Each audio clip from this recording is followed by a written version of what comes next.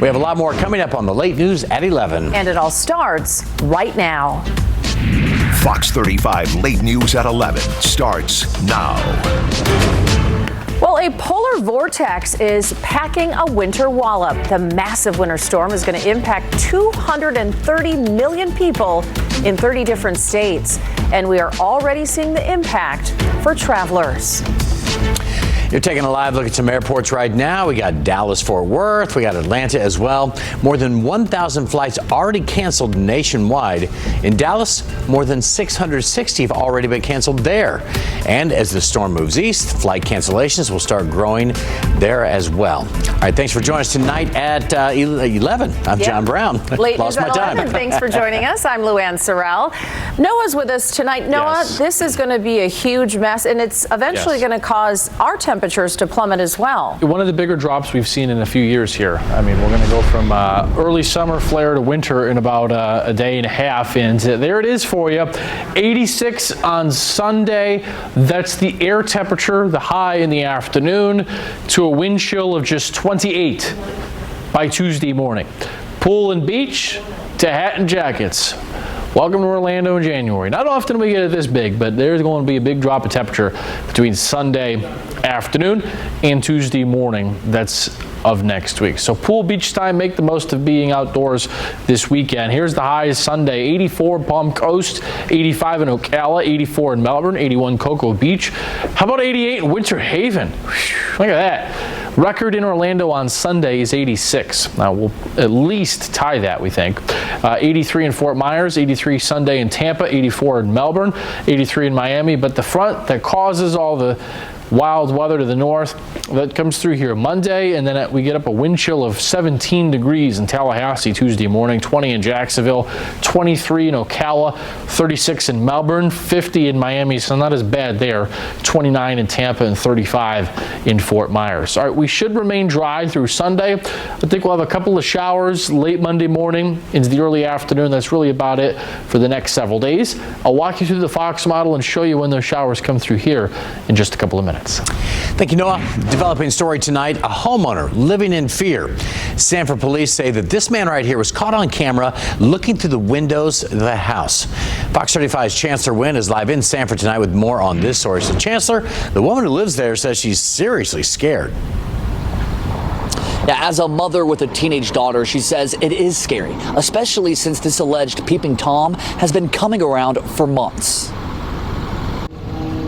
The woman says she doesn't know who this man is or why he keeps coming to her house. If you recognize him, contact the Sanford Police Department. John?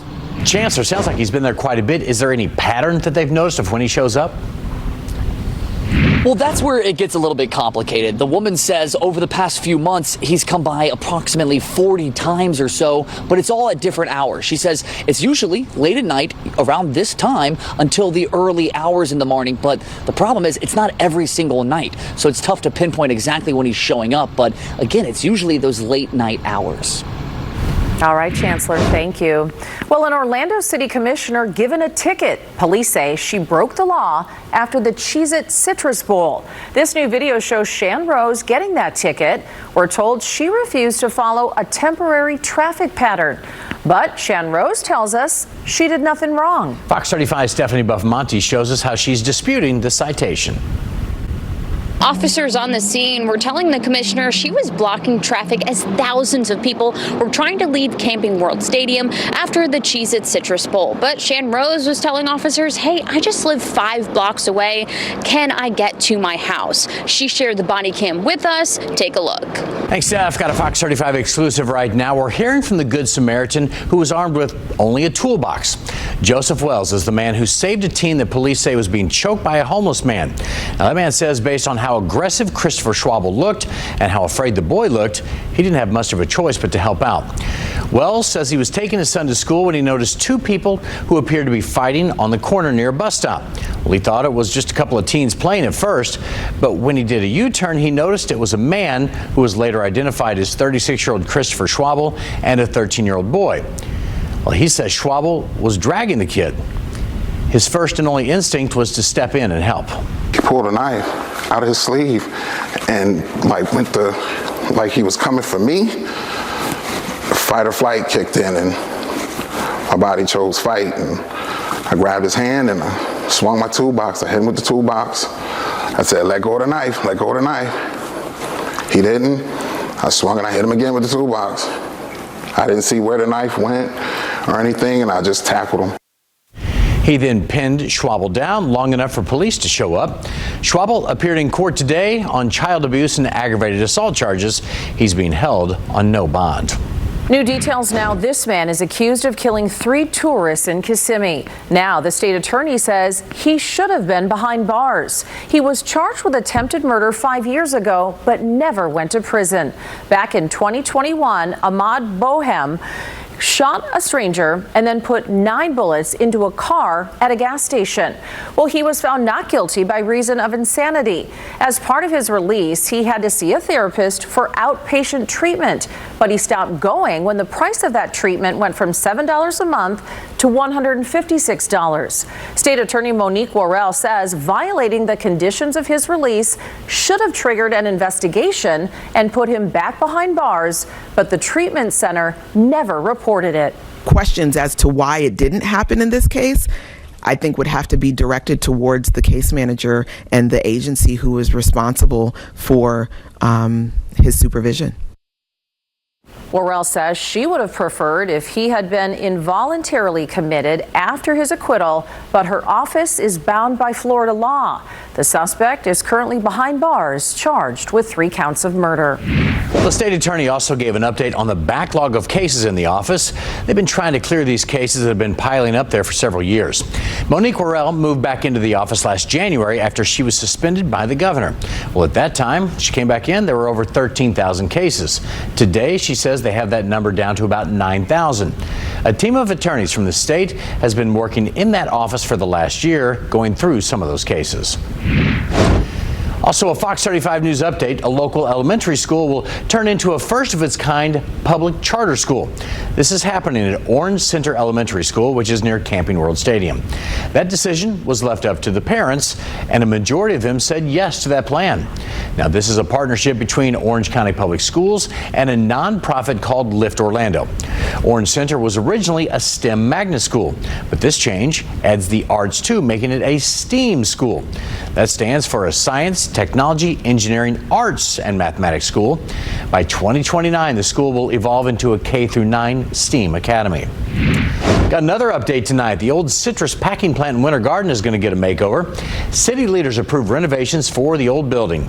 These are renderings of the plan. The goal is to turn the former packing plant just west of downtown into a multi-use space.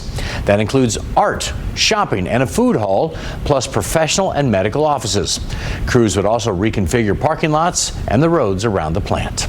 Coming up next here on the Late News at 11 tonight, a real-life Disney hero gets a Fox 35 Care Force Award. That was my only thought, was if I could be a speed bump for that boulder, so that didn't make the audience, I was going to do that. A runaway boulder headed right to a packed audience. How a stuntman's split-second decision helped save families. MCO finally cleared for takeoff on a huge expansion to add more parking. Find out when your travel stress will finally hit the tarmac. But first, our nightlights take us to Phoenix, Arizona, and the Late News at 11 will be right back. In the Fox 35 Care Force tonight, this guy is a real-life Indiana Jones. The stuntman put his own life on the line to protect audience members at Disney World. Yeah, you've probably seen the incident on social media, but today we're hearing from the stuntman himself. Fox 35's Amy Caulfield has his story. Well, the Indiana Jones stunt show has operated for decades without a serious incident. Eric, he's a good guy. He tells us he's going back to work just as soon as he can. Well, you got to see this. We want you to check this out. Thunder snow in Buffalo, New York. This happened during a lake effect snowstorm up there. The person who took the video says the sky lit up in purple when that lightning happened during all of that heavy snowfall. And a lot of places are going to see a lot more snow over the next few days. Yeah, that's just the beginning right there, right? I mean, Ari's talking about a foot or more of snow. It was this week last year, so 1 week to the date we had the foot of snow in the Panhandle. Oh, wow. So foot last year in the Panhandle, and now it's everywhere else. this week, but the big story for us is going to be the change between Sunday and Tuesday. This is not historic. It's not rare. I will brand it what I think is most appropriate is uncommon. Uncommon to have this big of a drop this close to each other. 86 the afternoon high temp Sunday, 28 the morning wind chill, the way it looks right now in Orlando Tuesday morning. Notice the top left of your screen. Thanks for joining us tonight on the News Edge at 11 still for the weather here. Got a little bit of fog up in Volusia. Maybe a touch of fog through the evening. Don't think it's much though. 74 down in West Palm, 73 in Miami, 61 in Orlando, 54 Jacksonville, 63 in Tampa. We do have some showers offshore. You see them over about right here, but that's where they will stay. The air near the ground here is too dry, so I have a hard time seeing there being any rain tomorrow or Saturday. And our storm hasn't formed yet. That's going to cause all the headaches across the country. 50s and 60s out there right now. A touch of fog overnight. Temperatures into the 50s and 60s. We'll call it 60 in New Smyrna, 64 in Melbourne, a little milder on the Space Coast, 55 in Leesburg, about 58 in Kissimmee, 57 in Winter Haven. Tomorrow, a lovely day at the theme parks, a lovely day for lunch outside, a lovely day for dinner outside. Low humidity, warm, not cold. Perfect. I think I'm going to blend it as perfect. Now, it won't be perfectly clear, but it'll be great tomorrow. Speaking of cold, here's the live feels likes. 62 in Orlando, 30 in Nashville, 0 in Chicago, 32 in New York, negative 39 in Minneapolis, negative 43 in Bismarck. So the point there is clearly there is some actual cold. By the way, I should tell you, up in Calgary and Edmonton today, there were parts in the rural areas that were pushing 70 below for the wind chill, which I do have a couple friends I went to school with that are Canadian. I'm sure that they would find a way to say that that's still warm and not bad, but that's cold. So the point is there is some real actual major cold coming out of Canada right now, and that cold will meet up with moisture from the Gulf, and you throw them together, and that's how you get a winter storm. So here's Saturday: snow in the blue, ice in the pink, rain in the green, obviously. Here's wave number 1. It's a shame the Patriots are not home in Foxborough this weekend as a football fan, selfishly, because I love, even though I would not want to be in the snow, I'd rather be in Florida. If they were home and had the 1 seed, that would be a Blizzard Bowl for the AFC Championship. We've got the NFC Championship for you on Fox. Don't forget Sunday. Weather should be surprisingly nice up in the Pacific Northwest for that game. But snow, ice, rain, might even be a few severe storms in Alabama into the Florida Panhandle. The front comes through here probably Monday midday with some showers. Then that's about it, and the cold comes in here. Here's where the ice storm will happen. Everywhere in pink is where there'll be power loss and tree damage from the ice.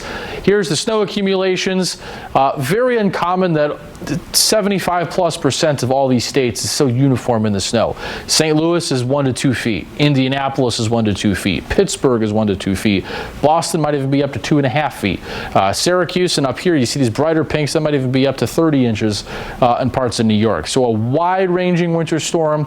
If you're flying this weekend, I can't stress enough patience, and maybe try to move your flight around the weather if you can, but obviously there's only so much you can do. Pool and beach weather here for the weekend. Cold front Monday, and then substantially colder for the middle part of next week. In Building Central Florida, parking is about to get easier at Orlando International Airport. 2 parking garage expansions are moving forward. The expansion of Terminal A's parking garage and the new Terminal C garage are now underway. The goal is to add up to 8,000 more parking spaces there. The projects are expected to be completed in 2030. Well, some kids at Apopka High School are swapping the classroom for a credit union. A new program is helping them gain real-world job experience while also helping them learn financial literacy. This student-run Addition Financial branch is inside the school and is fully staffed by trained students. They're handling real transactions, too. It's important because they don't teach you these regular things in school, and you're going to need to know them later in life because you won't have somebody holding your hand every step of the way when you go. These are all things I'm going to need to know later in life for, like, buying a house, buying a car, credit score. This is Addition Financial's 12th student-run branch in Central Florida, and there are plans to open 2 more next year. Coming up here on the late news at 11, an explosive showdown on Capitol Hill. See the heated hallway confrontation. Plus, a miraculous rescue. Body cam footage shows us the moment the deputies and brave bystanders charged towards a wall of flames.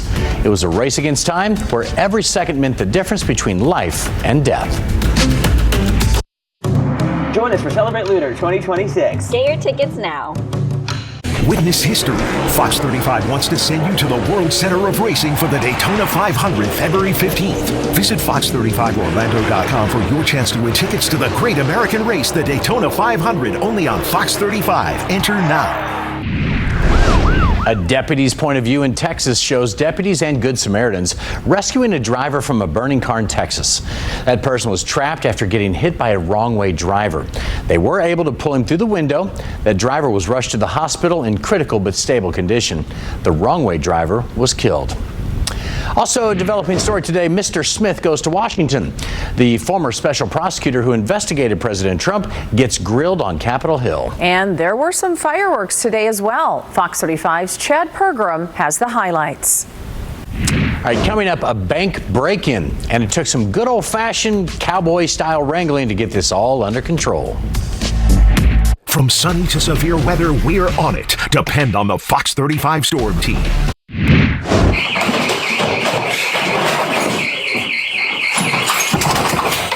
Oh dear. Police in New York wondered if this buck was looking for some bucks. He smashed through a bank window and then trashed the place. Officers were able to calm the deer down and then lasso him before guiding him back through the same window he came in. That is wild. Yeah. Okay. Buck looking for bucks. Well, the Volusia County Sheriff's Office says a teenager is doing great now after he was hit while riding his e-bike on the first day of school in Deltona. Yeah, take a look at these pictures here. The Sheriff's Office posted these of Hunter.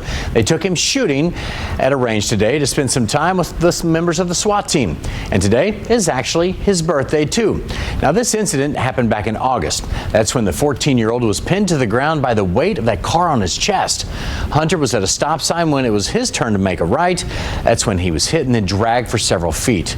Several men rushed over to get the car off him, and Hunter was airlifted to the hospital. Oh, I'm glad he's doing better. Good. All right, Noah back with us once again. Yeah, Noah, let's get one last check of the weather. It is going to be total chaos for travelers in a big swath of the country. Yeah, so we're looking at 3 to 6 inches of snow in Orlando. No, yeah, just kidding. See, if you're listening at 11:30, somebody just threw the remote down on the floor. There's the forecast. Look at these temps, though, on Sunday afternoon. Wow. I just tried to focus it on the southeast. Yeah, so 10 in Little Rock, a 96-degree difference between Little Rock and Orlando on Sunday afternoon. Even Atlanta. Big ice storm in Atlanta, guys. It looks like they could be probably days to get back to normal from the ice that'll happen. I was talking to one of our sister station colleagues there at Fox in Atlanta. They're talking about maybe an inch or two of ice there, which would be one of the biggest ice storms in Atlanta in many years. So, and that's such a big travel hub. Yeah, it's going to be tons of flights. And a lot of these cities too, guys, the sleet is their balls of ice. They take forever to melt. So many of these parts of the South where it's sleeting, it's like putting ice from your freezer on the ground. It stays for days. It doesn't melt. In a lot of cases, the ice is a whole lot worse than the snow. You can push the snow out of the way. Definitely. This stuff is socked in there. But we'll get back to the 20s and 30s. Here's Tuesday morning of next week. These are the air temps. That's Tuesday morning of next week. And here's what it'll feel like, the 20s and 30s. So while it's not historic for us, and the fact that it's going to be near 90 and then in the 30s is quite the 180 whiplash in terms of the temperature. So you got late spring, early summer taste this weekend, and then back to winter next week. Working like all the seasons. Yeah, right. You're the meteorologist, but I would just stop on Sunday. I would just say that's all you get. I was considering deleting the other 3-day forecast this week's all you're getting. So, all right, thanks for joining us tonight at 11. We'll see you back here tomorrow. Have a great evening, everybody.